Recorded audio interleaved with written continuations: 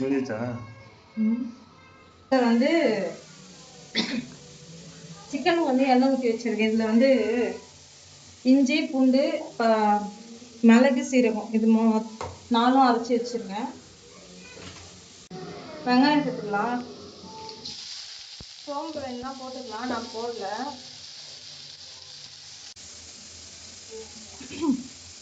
சிக்கனுக்கு வந்து தக்காளி கட் பண்ணிக்கலாம்.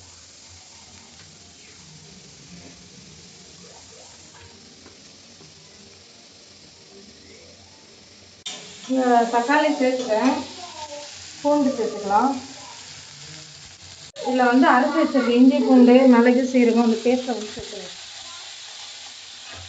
வெங்காயம் வந்து டீ ஃபுல்லாக இருக்கனால கழுவி தீஞ்சு. இதில் வந்து கொஞ்சமாக மஞ்சள் தூள் சேர்த்துக்கலாம். ரெண்டுத்தையும் கொஞ்சமாக மஞ்சள் தூள் வந்து சேர்த்துக்கலாம். வாஷ் பண்ணி வச்சுருக்கோம்.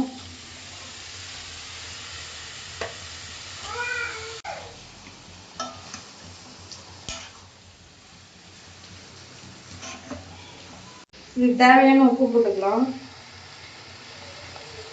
பார்க்கவே கலர் நல்லா இருக்கா. இன்னும் மிளகாத்தூள் சேர்க்கல.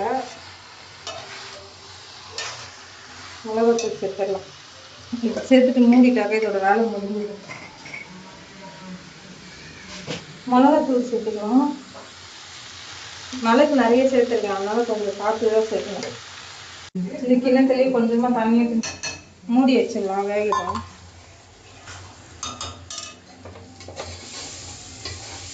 தான் இன்னைக்கு சிக்கன் வந்து கண்டிப்பாக ட்ரை பண்ணி பாருங்க, செம்மையாக இருந்துச்சு. இதில் வந்து எதுவுமே இல்லை, வெறும் வெங்காயம் தக்காளி இஞ்சி பூண்டு. சிக்கன் பேர் என்ன? சிக்கன் வறுவல். சரி, பெரியபாளையம் சிக்கன் வறுவல் எல்லா வீட்லேயும் செய்வாங்களே, அதான். ஒரு அம்மா இங்கே பாருங்க, ஒரு ரவுண்ட் போயிருக்கு. கண்டிப்பாக இது வந்து ட்ரை பண்ணி பாருங்க, செம்மையாக இருந்துச்சு. நல்லா காரசாரமாக இருக்குது. மிளகு சீரகம் இஞ்சி பூண்டு காரமாக இருக்கா? அங்கே இருக்க தண்ணி பல்லு மாட்டிக்கிச்சான். சரி, அம்மா வந்து எடுக்கிறேன். ஓகே, சாப்பிட்டுட்டு லாஸ்ட்டாக எடுத்துக்கலாம். ஓகே, இது வந்து மஸ்ட் ட்ரை பண்ணி பாருங்கள். வெறும் மிளகாத்தூள் அதில் விட்டால அதோட கண்டினியூ ட்ரை பண்ணி பாருங்கள். இந்த வீடியோ நெக்ஸ்ட் வீடியோ பண்ணுறேன். பாய். சிக்கனோட டேஸ்ட் எப்படி இருக்குன்னு நான் உங்களுக்கு ரியாக்ஷன் கேட்குறேன். எப்படி இருக்கு? எப்படி இருக்கு? காமாக்கா நல்லாக்கா? சரி, பாய் சொல்லிடு.